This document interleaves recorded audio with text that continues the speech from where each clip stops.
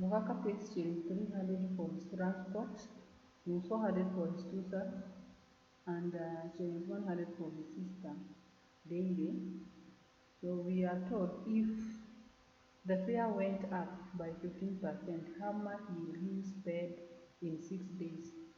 So Mogaka's transport is 300, his two sons is 400, and his sister is 100, a total of shillings 800 daily.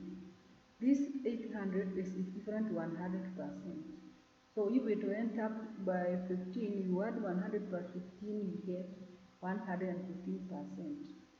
So you have come here and equate 100. If 100% is 800, what about 115%?